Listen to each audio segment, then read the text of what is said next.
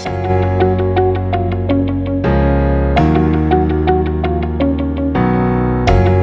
everyone and welcome back to another video here on Sam's Crafty Castle, and today we are doing Magic Iris card version 2.0. So this is a lot better than the first video I did, and I'll actually be able to explain a little bit better on how to put it together, and it went together a lot easier this time. So first thing we're going to do is we're going to build the Magic Iris mechanism. So you need to cut out 3 to 4 of each of the pieces in the die set. Mostly right now I'm talking about the ring piece, the donut piece, and then there's like these awkwardly shaped pieces, and you need to cut out 3 of those and then 3 of the little strip looking type things. So all I've done is taken this really awkwardly shaped die and lined that up with the center of the circle, and I'm going to cut that out, and then that's going to make all of our little notches, and then that's pretty much all the die cutting for this card. With the interactive cards, there's a lot of die cutting, so I do tend to cut most of it out of the video, just because it takes up so much time, and it's really, the way my camera is set up, it's really not the most entertaining thing to watch. So now I'm going to take these little pieces, and I'm going to stick them on my sticky mat, just because it makes it easier, and I want them to be green, so I'm going to ink blend them. And now, like, could I cut these out of green paper? Yes. But I hadn't, when I wanted to do all the pre-die cutting and everything for the video, I hadn't quite figured out where I was going color-wise yet, and theme-wise, and all of that kind of stuff. So I just cut them all out of white because I knew I could make them whatever color I wanted them to be eventually. So I grabbed my favorite Gina Designs green ink. Actually, this is my second favorite one. My favorite green is Christmas Pine. This is Lucky Clover, which is my second favorite. And I'm just going to ink blend them. And it's just as easy as cutting them out of green paper. And I didn't have to make the decision.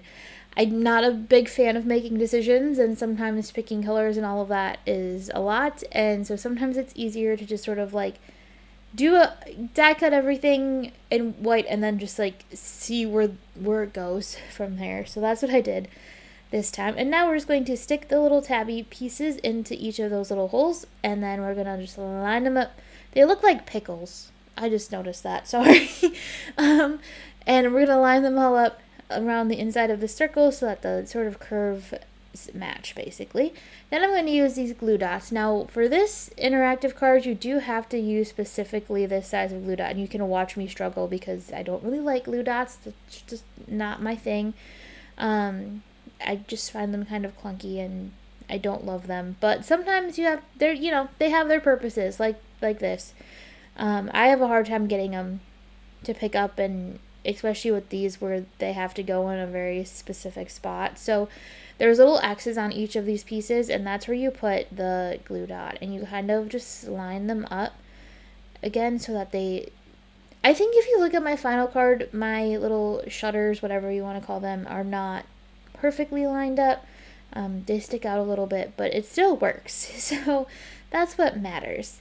So I put 3 little glue dots on there, and then I'm going to take another one of these little ring things, and I'm going to stick that on there, and then that's going to be what holds them in place. And you'll see there's some edges that kind of stick out on the sides there, and we'll deal with that later. But for right now, that's all good. Now you can't really see this just because of the way my lighting is, and probably because I used white to do it. There's little stitched marks on the circle that cut out when you cut out that weird shaped piece into the circle, and there's little like stitching kind of bracket things, and that's how you line up these pieces. They're basically what holds it together, but you can't really see them on my videos because my lighting is weird and my camera is weird and all kinds of things.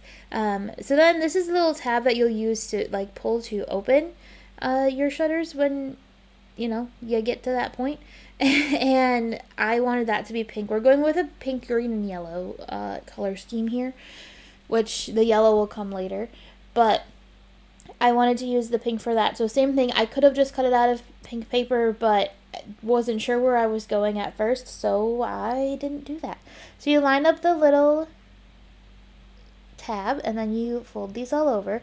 And once again, for much better, more detailed instructions, I know I said this last time I did one of these, I really do recommend that you go check out Lawn Fawn's video. Their directions will be much better than mine, but at least this video will give you kind of an idea of how it goes together. And you'll see, the first time, this is me trying to get it to work. And with these interactive cards, a lot of times you do have to fight with them a little bit at first to make them happy. And then eventually, over time, like by the time I finished this card, I played with this enough that it was moving pretty smoothly. But I had figured out that I had everything on a little too tight at first, so I did have to like pull it up and kind of loosen everything up a little bit because it wasn't moving at all at first. So... But yeah, by the time I finished this, I had played with it enough that it was all going relatively smoothly. So now we're gonna do the fun decorating part, and this was my vision when I first like bought the Magic Iris die set. Was I thought it would be really fun to use it with the Gina K Designs Wreath Builder, and turn your Wreath Builder into like an interactive card type situation. So what I did is I keep a bunch of sort of pre-cut squares around for my Wreath Builder. I definitely don't reach for it like I used to, but I still have a bunch of these squares left over, and I like to have them close by because sometimes Wreath Builder is still a go-to for a really quick card if you need something fast. And so I keep these around just to help myself out when I need something quickly. And all I did was I took the circle piece that I die cut from the die set, and I temporarily used a removable adhesive to attach it to the proper sized Wreath Builder template square. And then you saw I kind of had the wrong one and grabbed the wrong template and had to switch it out. But I attach it to the square, and then I start basically using my Wreath Builder like normal. So you guys may have seen too, I think by the time this video comes out, I'm like pretty sure by the time this video comes out,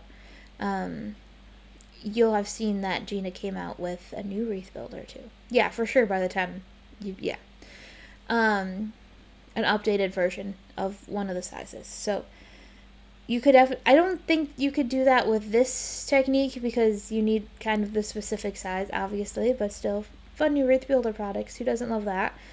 So anyway, so now I'm just doing your normal sort of Wreath Builder thing, or you have your stamp and you turn your cardstock and then you go.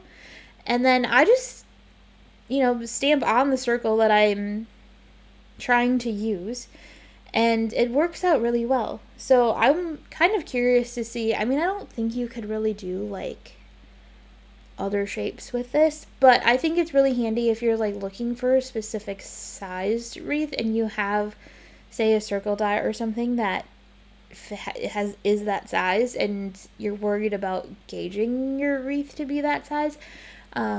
Then you can. This is a cheater way to like make sure it's sized the way you want, I guess. Just a different way to use your Wreath Builder if you already have sort of a shape in mind, or a size in mind, I guess, because they're pretty much always going to be circles for the most part because they're wreaths, and that's how that goes. But yeah, this was really fun. I kind of want to try to do another one maybe at Christmas time.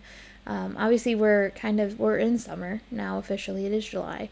So this is very springy for July. I should have done like a red, white, and blue theme now that I think about it, because I'm pretty sure this video is going to go up. I'm pre-recording as I usually do, but I'm pretty sure this video is going to go up during the Olympics. So now that I'm thinking about it, I'm kind of wishing I would have done like a red, white, and blue kind of theme, but I did not do that. And also I forgot to mention this, I'm using the original Wreath Builder stamp set because I haven't used that in a while, and I've been really branching out with like the Wreath Builder sets that I've been using, and using less of the actual like Wreath Builder official stamp sets, if you will.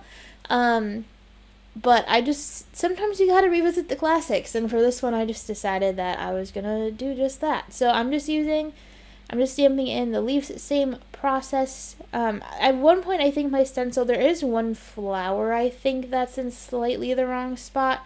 Or maybe it's a leaf in a minute here, because it might have just happened, but my stencil did move a little bit on me. The sticky mat that I have in this Misty is not as sticky as it used to be. It's getting a little bit older, so I think it wasn't sticking down very well, and everything shifted on me just a bit, so it's a little bit off in one spot, but you really, I can't even tell you where the spot is now. So it's one of those things where I noticed it in the middle of it, but in the finished product you can't really tell.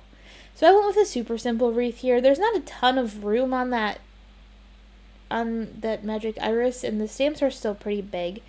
So, and then there you go, it's done. I already have my finished circle. Everything's cut out. Don't need to die cut it again.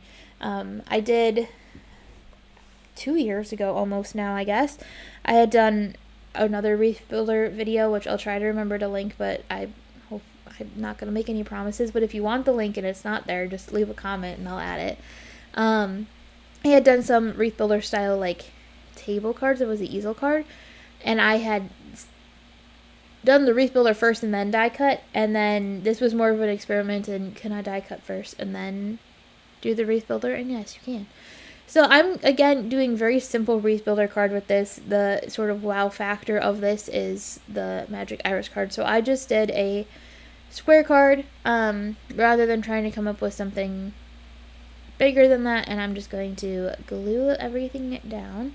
I do kind of wish I would have done something in the background, like a pattern paper or a embossing folder or something, just to jazz it up a little bit, but it's all good. It still works out. So now I'm going to cut out, because I forgot to do this, I'm going to cut out the little directional arrow, I guess, for the tab that tells whoever gets this how to open it. And this time I just used the yellow paper because I already had it out from the card base, so why deal with the ink blending? So now I'm going to, I decided to do this before I glued down my sort of decorative piece, just in case I made a boo-boo. And I'm just stamping my greeting in. So this greeting I think might be a little big for this, because if you look, part of it didn't stamp so good.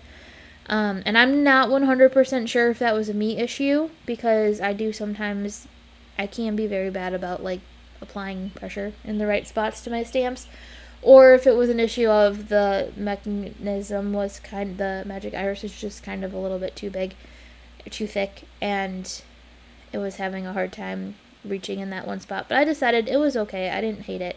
And then there you go. That's it. That's the card. So a really simple card, but really fun little mechanism. So thank you so much for watching. Don't forget to like, subscribe, and comment down below. And I will see you again soon, and have a crafty day.